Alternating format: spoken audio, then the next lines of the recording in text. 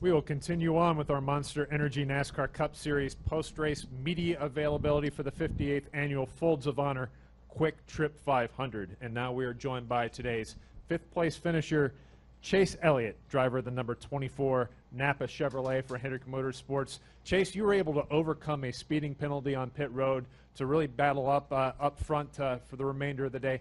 Walk through what it took for you and your team to really overcome that obstacle. Yeah, I just had a good car and was able to stay on the lead lap, and we caught a caution at the right time to kind of bunch everybody back up. Had a good pit stop, jumped 3 or 4 guys on pit road, had a good restart, and I think the outside lane got stacked up, so we were back up in 5th, and then luckily just kind of right back in the game. So a little bit of luck, a little bit of good pit stops, and kind of worked out. Just didn't work out when it counted. Okay, we're going to open up the floor for questions. We'll start it with over here with Mike, and we'll go to Rick and then to Bob. Mike Henry, USA Today. Chase, what's your thinking on why there were so many speeding penalties today? I think I know why, but I really don't want to share why.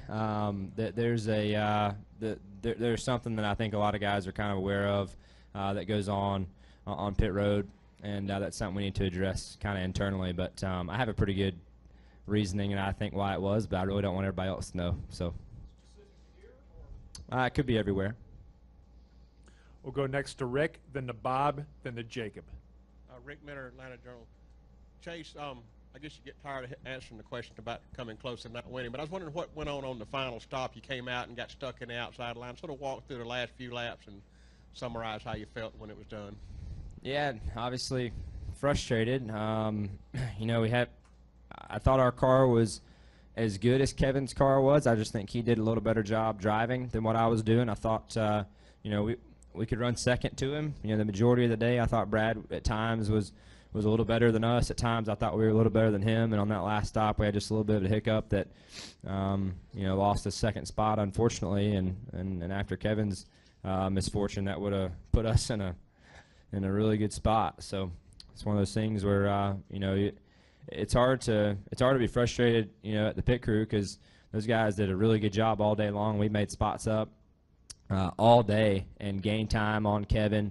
Those guys having that first pit box obviously didn't have to go far, but every time I thought we were just inching closer to his back bumper as we came off pit road. So I think we have a great foundation on pit road to build off of. I think much improved, and you know, just had a hiccup there at the end of the day, but I don't think it's something those guys should be discouraged over.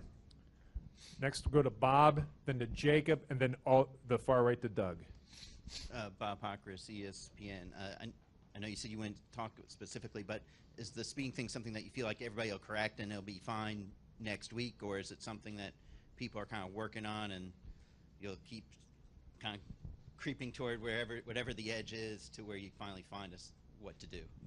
I think it'll be corrected next week. I mean, it's not that big of a deal, but it can be a big deal, you know, in our case and in Kevin's case and all the guys that got caught. But no, I think it'll be fixed directly.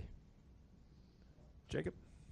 Jacob Seelman, Performance Motorsports Network. Kind of in 2 parts, Chase. First, in regards to your runs here, you came really close, had strong runs in the Xfinity car, had a strong run last year, had a strong run again today at Atlanta.